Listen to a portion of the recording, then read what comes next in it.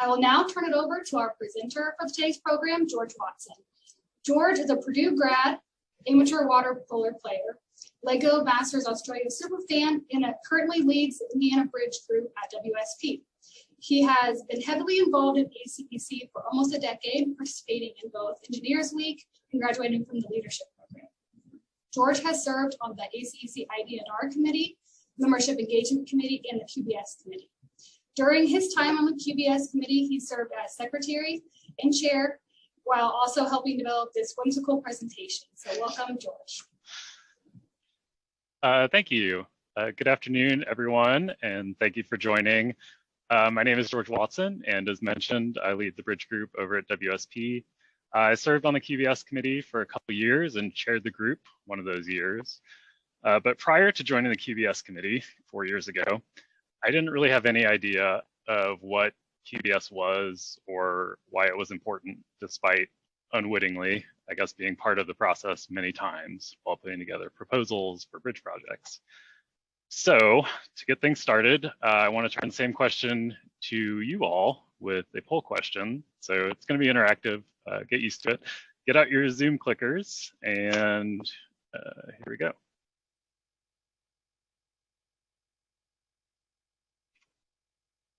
How familiar are you with QBS?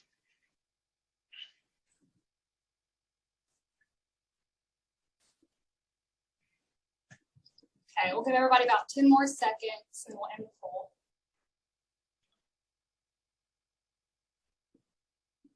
A lot of sortas, a lot of first times.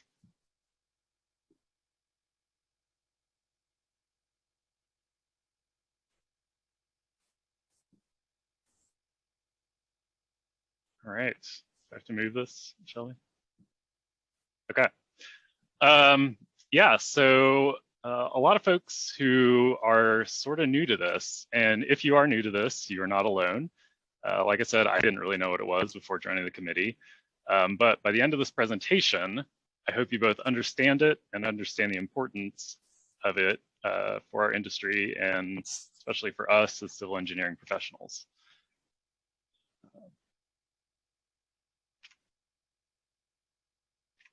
Okay, and I'll start by comparing QBS to something else that is important to us as civil engineering or architectural design professionals by comparing it to something that irks me.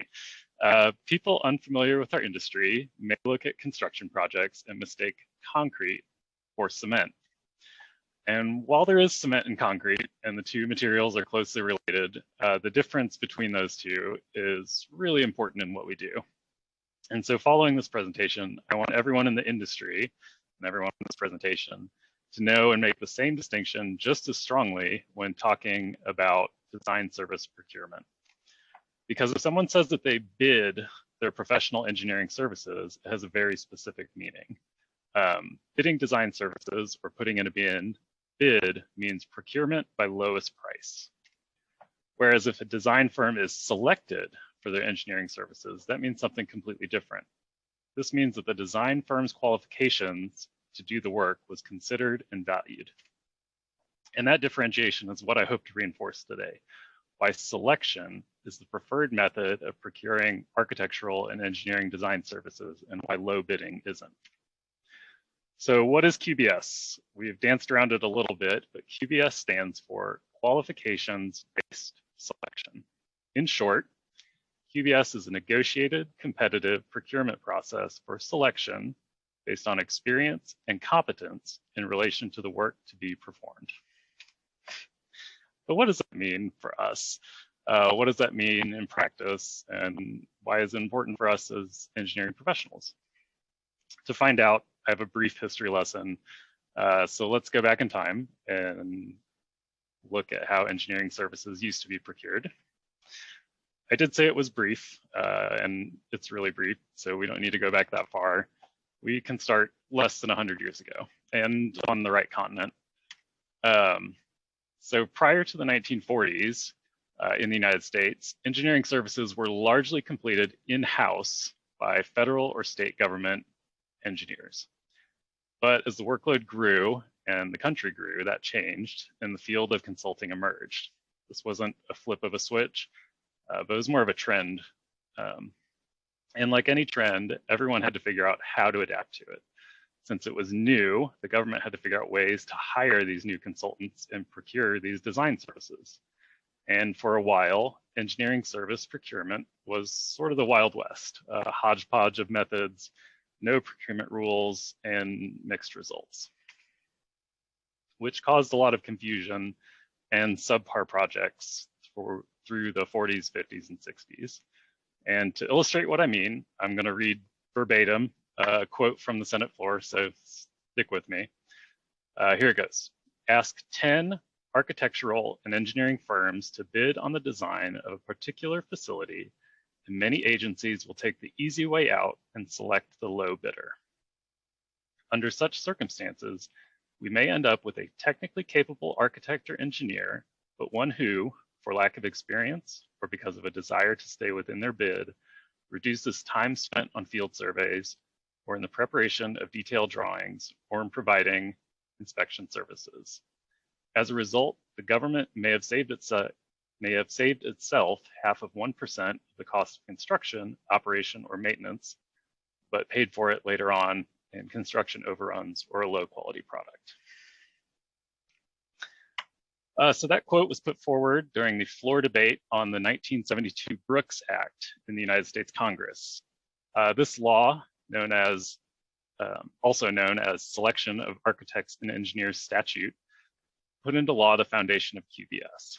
That is, the Brooks Act requires United States federal government, when federal dollars are used, to select architecture and engineering firms based on their competence, qualifications, and experience, rather than by low bid or price. Now that we have a law, let's talk about how that law affects us. How does qualifications-based selection work in practice? So let's just walk through the by-the-book procurement method. We can start at the beginning, the obvious first step. The owner needs to figure out a project that they want to design and build. So that's step one. The owner identifies a general scope of work. Once the owner has this general scope of work in mind, the owner then issues a request for qualifications. I should emphasize here, and we'll talk about this later, and how great this is, the RFQ only requires a general scope. The owner is not writing a huge specification book at this point to identify every potential issue with the project. A detailed scope can be developed after selection. So after publishing and promoting the RFQ to the consulting community, the owner then receives qualification letters from the design professionals. These letters should outline why the design professional is qualified to do the design. And you may have taken part in these. It seems like we do them all the time. You would potentially list information like expertise, experience, references maybe, availability. And often the owner will score the qualifications letter to help determine who is most qualified. Step 4, if the owner has additional questions or wants to meet the teams, they may elect to develop a short list of firms to interview. And keeping in mind the goal here is to pair the owner with the most qualified firm for the work. So crossing a few names off the list at this stage helps focus that search. After that, the owner will meet with the design teams to interview. Each team will come prepared, usually, to discuss in more detail their specific experience and qualifications from similar projects. But this could also include their great ideas for making the project a success, their communication style and how it aligns with the owners, and alike goals and enthusiasm for the project. Once the owner has all this information and has considered both the scores from the RFP and the interview results, the owner will rank or eliminate the firms, starting with the top choice and moving down. And finally, the owner will select their top choice. Finally, right? No, not quite. The QBS process isn't done. So at this point, the owner will sit down with their top firm and discuss the scope of work. Here's where a lot of decisions are made, which is intended to build some mutual understanding of the project and everyone's roles on that project. So the owner may want to discuss their goals for the project, what work they want to perform themselves, if they want high quality finishes and polish, or if they just want a project that gets the job done. Whereas the consultant may want to discuss potential technical issues they see, red tape, hurdles in the design process. All of that is good to get on the table. And only after this point, after the level of effort is discussed and understood by both the owner and consultant, is price discussed. Price is step 9. So here's where the consultant will develop a fee based on the agreed upon level of effort, scope of work. And either that fee is negotiated and agreed upon by both parties, or the owner can't agree and goes back to step 7 and chooses the next firm.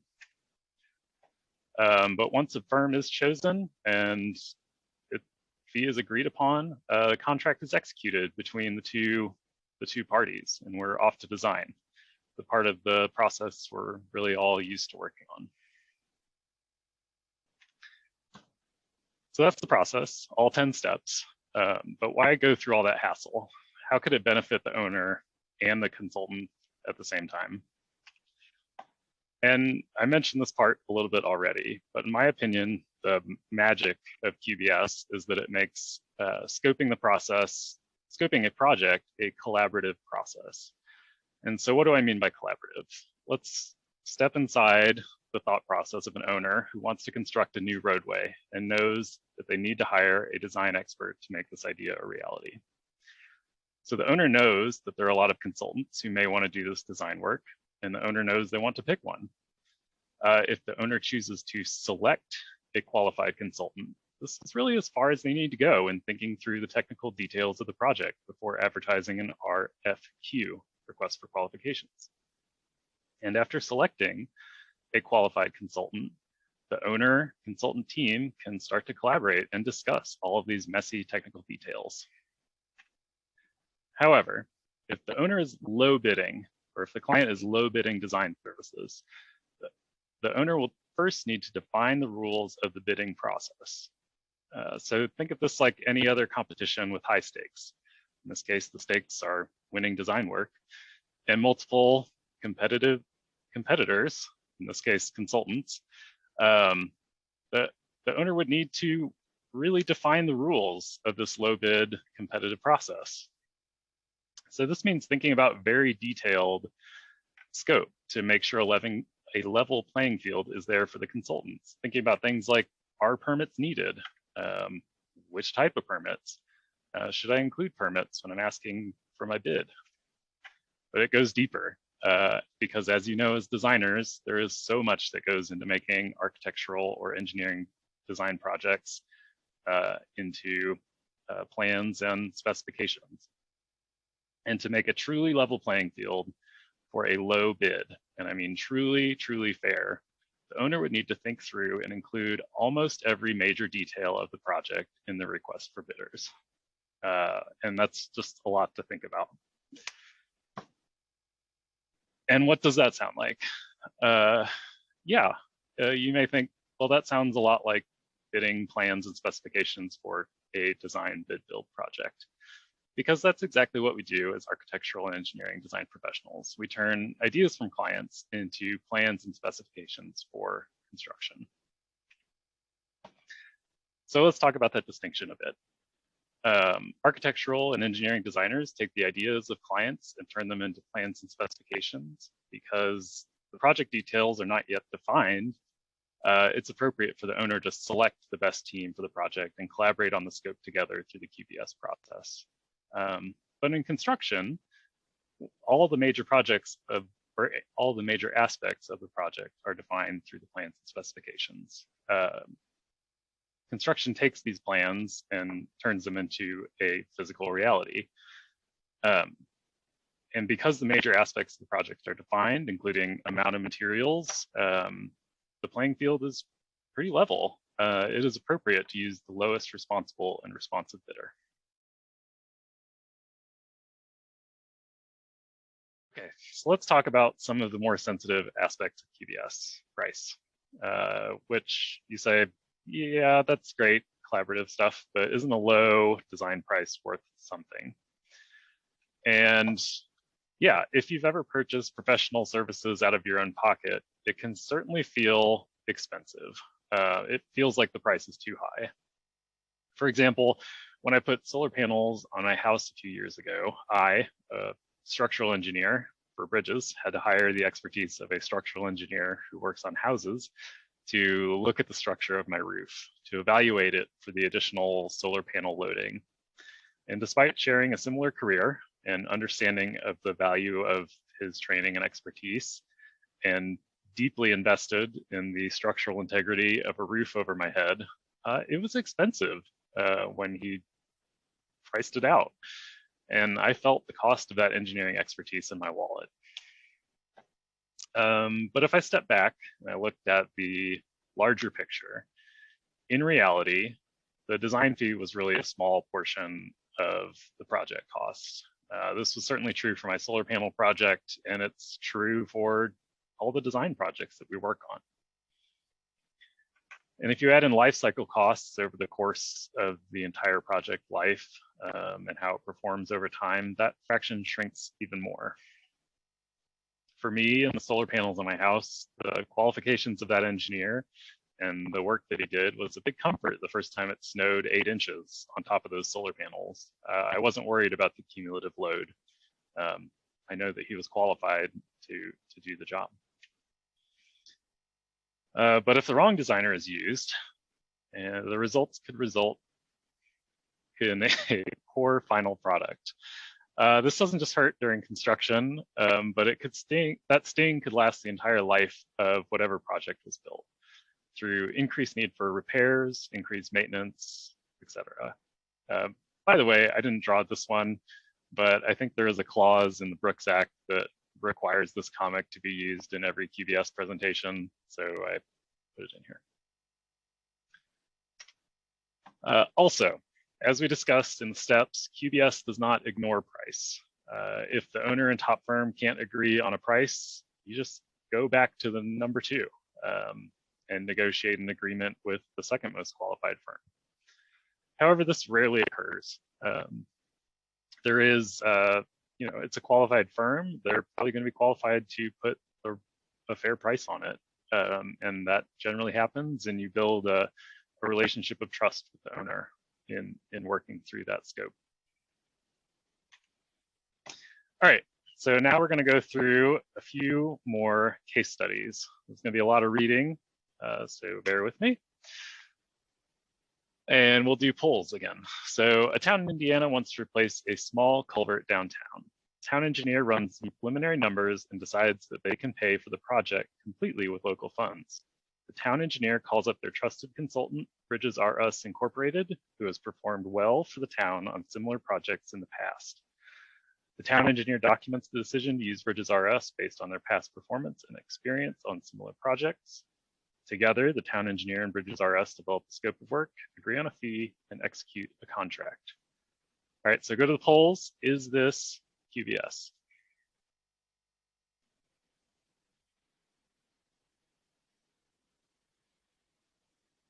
Ooh, we have a fierce battle right away.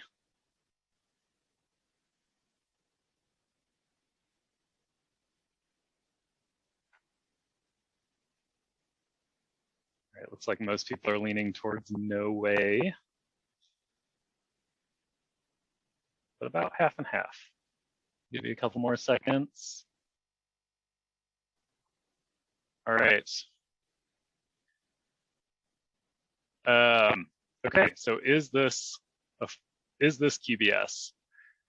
Yes, this is QBS. So if we go back to what we have in the case study, this is a similar scope of work to what Bridges R Us has done in the past.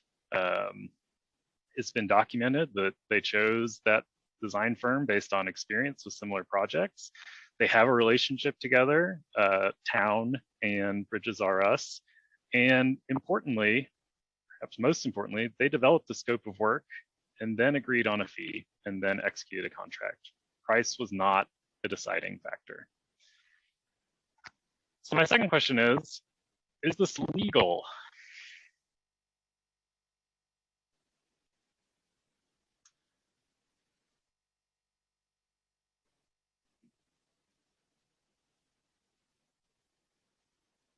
Yeah, looks pretty overwhelming. And yeah, a lot of people call this QBS Lite for short, but yes, this is totally legal and a way that a lot of business gets done in Indiana. Also, I should note that this was paid entirely with local funds. There was no federal dollars involved, and so the Brooks Act doesn't even come into play. This town could have totally legally low bid this design service and still been legal. All right, let's go to the next one. All right, case study 3. A county engineer in southern Indiana determined they want to widen a 6-mile stretch of existing road to accommodate bike and turn lanes. The engineer develops a general scope of work and advertises a RFQ. 20 firms respond with letters of interest and qualifications. The county engineer ranks the qualifications and selects 3 firms with similar project approaches, experience, qualifications for a short list. The county engineer then asks the 3 most qualified firms to submit fees with the intent to select the least expensive, qualified architectural or engineering firm. Is this QBS?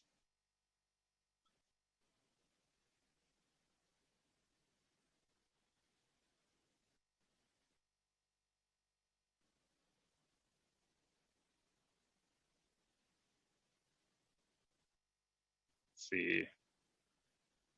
Fairly divided, leaning towards no.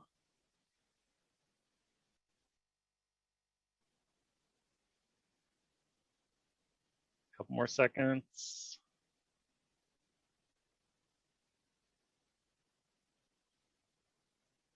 All right, looks like most folks said no, and I would agree. No, this is not QBS. Despite going through some hoops to make sure that the 3 firms that they solicited fees from were qualified, this misses that important step of like a collaborative scope development prior to coming up with fees. So they are asking for fees and using that low bid to be the determining factor. All right, we got 2 more. Case study 4, DOT advertises a request for qualifications to collect traffic data. The state DOT asks consultants to submit a price per traffic count collection point as part of their response to the RFQ.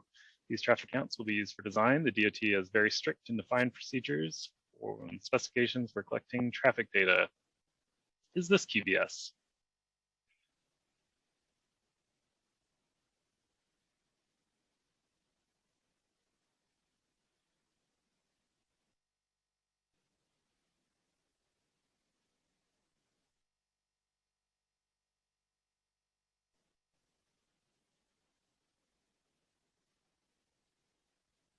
All right, another split. Again, leaning towards nope.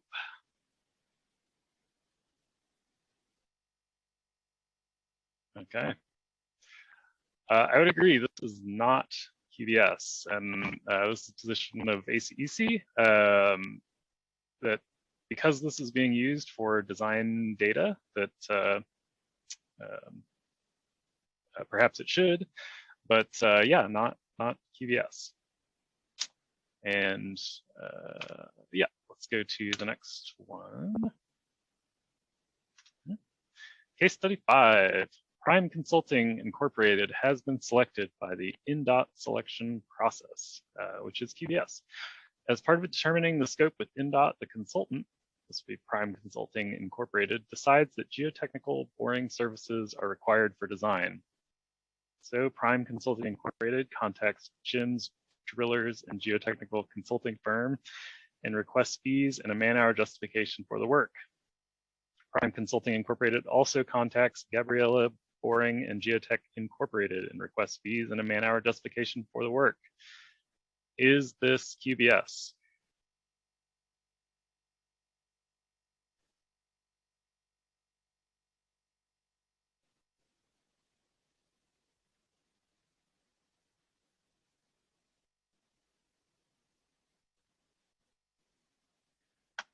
Okay, more heavily leaning no this time.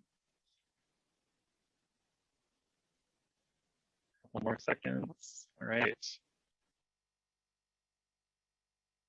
Okay, yeah, no, I would not say that this is QBS. It was QBS when the prime consultant was selected, but it certainly appears to me that Prime Consulting Incorporated is trying to low bid some of their design services by pitting Jim's Drillers and Geotechnical against Gabriella Boring and Geotech Incorporated with the intent to select the low bid for geotech services.